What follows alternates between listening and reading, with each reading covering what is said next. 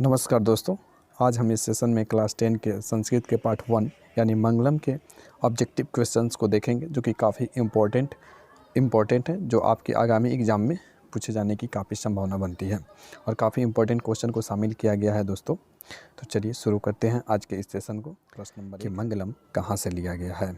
मंगलम कहाँ से संकलित है? ऑप्शन ए है वेद से, ऑप्शन बी है पुराण से, ऑप्शन सी है वेदांग से। तो इसका सही जवाब है उपनिषद से। दोस्तों, ये भी पूछा जा सकता है कि उपनिषद का शाब्दिक अर्थ क्या होता है। तो उपनिषद का शाब्दिक अर्थ गुरु के समीप बैठकर ज्ञान की प्राप्ति करना होता है। इसका सही जवाब हुआ उपनिषद से। मंगलम कहाँ से संकलित है? तो ऑप्शन सी यानी उपनिषद से संकलित है। प्रश्न नंबर 2 है दोस्तों, मंगलम पाठ में कितने मंत्र हैं? मंगलम पाठ में कितने मंत्र हैं?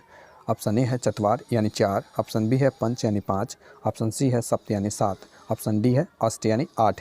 इसका सही जवाब है दोस्तों बी यानी पंच। मंगलम पाठ में कुल 5 मंत्र हैं। प्रश्न नंबर 3 है कि उपनिषद के रचनाकार कौन हैं? क्या उपनिषद के रचनाकार कौन हैं? ऑप्शन ए है महात्मा विदुर, ऑप्शन बी है महर्षि वाल्मीकि, ऑप्शन सी है महर्षि वेदव्यास, ऑप्शन डी है कालिदास। इसका सही जवाब है ऑप्शन सी यानी महर्षि वेदव्यास। बढ़ते हैं अपने अगले प्रश्न की तरफ। प्रश्न नंबर 4 है मंगलम पाठ के रचनाकार कौन है? ऑप्शन ए है महात्मा विदुर, ऑप्शन बी है महर्षि वाल्मीकि, ऑप्शन सी है महर्षि वेदव्यास और ऑप्शन डी है कालिदास। दोस्तों, यह रिपीट हो गया है शायद क्वेश्चन। इसका सही जवाब वही होगा, महर्षि वेदव्यास ही। प्रश्न नंबर 5 है कि अणु से छोटा कौन है? अणु से भी छोटा कौन है? ऑप्शन ए है आकाश, ऑप्शन बी है आत्मा, ऑप्शन सी है परमात्मा, ऑप्शन डी है संसार। इसका सही जवाब है आत्मा। अच्छा, ये भी पूछा जा सकता है कि महान से महान कौन है? तो उसका जवाब भी क्या होगा? आत्मा ही होगा। आत्मा का स्वरूप मंगलम पाठ में ये बताया गया है कि आत्मा का स्वरूप ऐसा है कि ये अणु से भी सूक्ष्म है तथा महान से भी महान है। इसका सही जवाब आत्मा यानी ऑप्शन बी है। प्रश्न नंबर 6 है कि किसकी जय होती है? ऑप्शन ए है सत्य की, ऑप्शन बी है असत्य की, ऑप्शन सी है क्रोध की, ऑप्शन डी है मोह की। सही जवाब ऑप्शन ए है, यानी किसकी जय होती है? सत्य की जय होती है। प्रश्न नंबर 7 है दोस्तों, बहती नदी कहाँ मिलती है? बहती नदी कहाँ मिलती है? ऑप्शन ए है सरोवर में, ऑप्शन बी है नदी में, ऑप्शन सी है समुद्र में, ऑप्शन डी है तालाब में। इसका सही जवाब है समुद्र में। बहती हुई नदियाँ अंततः जाकर सागर में मिल जाती है, यानी समुद्र में मिल जाती है। प्रश्न नंबर 8 है जंतु के हृदय रूपी गुफा में क्या स्थित है? क्या जंतु के हृदय रूपी गुफा में क्या स्थित है? ए तत्व, बी शरीर, सी देवता, डी राक्षस। अच्छा, हृदय में तो शरीर प्रवेश कर नहीं सकता है, देवता और राक्षस की तो कोई बात ही नहीं है। यहाँ ऑप्शन के अनुसार ऑप्शन ए सही है, तत्व। वैसे आत्मा अगर रहता तो ज़्यादा बेहतर आत्मा होता, लेकिन ऑप्शन के अकॉर्डिंग तत्व सही है। प्रश्न नंबर 9 है कि ब्रह्मा को प्राप्त करने के विषय में बताया गया है।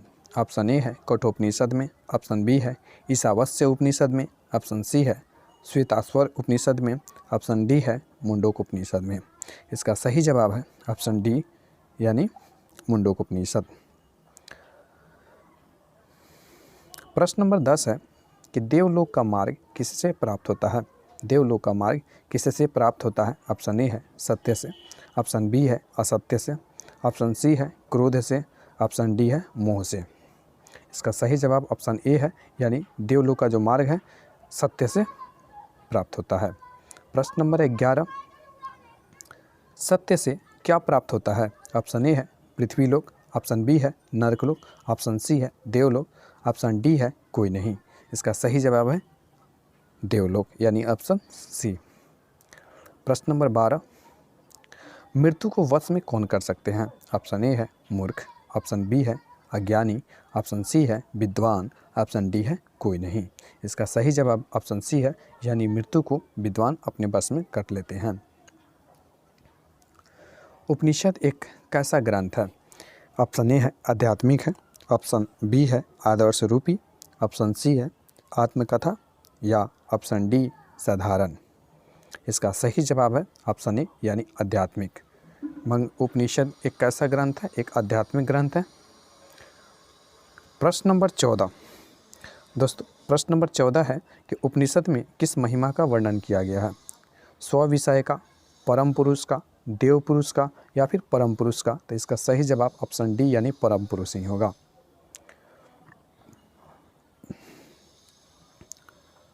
प्रश्न नंबर 15 है कि उपनिषदों की संख्या कितनी है? तो उपनिषदों की संख्या 108 है। वैसे ऑप्शन आपको 4 दिए गए हैं। ए में है 109, बी में है 108, सी में है 105 और ऑप्शन डी है 111। इसका सही जवाब है 108। वैसे वेदों की संख्या 4 होती है और पुराणों की संख्या 18 होती है और उपनिषदों की संख्या 108 होती है। ध्यान में रखेंगे, इसको महत्वपूर्ण क्वेश्चन है और इस प्रकार के क्वेश्चन काफ़ी एग्जाम में आपको पूछे। दोस्तों, प्रश्न नंबर 16 है कि आत्मा के गूढ़ रहस्य की किसमें व्याख्या की गई है? आत्मा के गूढ़ रहस्य की किसमें व्याख्या की गई है? ऑप्शन ए है कठोपनिषद में, ऑप्शन बी है ईशावास्य उपनिषद में, ऑप्शन सी है श्वेताश्वरी उपनिषद में, ऑप्शन डी है मुंडकोपनिषद में। इसका सही जवाब है ए यानी कठोपनिषद में। कठोपनिषद में आत्मा के गूढ़ रहस्य की व्याख्या की गई है। प्रश्न नंबर 17 है कि परमात्मा की महिमा का वर्णन किसमें किया गया है? क्या परमात्मा की महिमा का वर्णन किसमें किया गया है?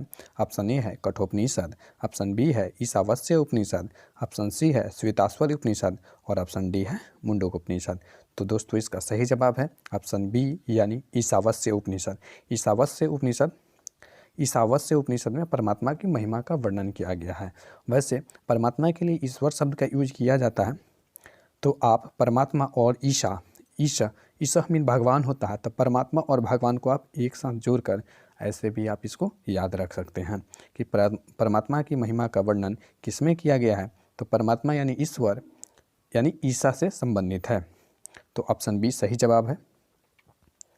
प्रश्न नंबर 18 है कि ज्ञानी लोग और अज्ञानी लोग में अंतर किसमें बताया गया है? क्या ज्ञानी लोग और अज्ञानी लोग में अंतर किसमें बताया गया है?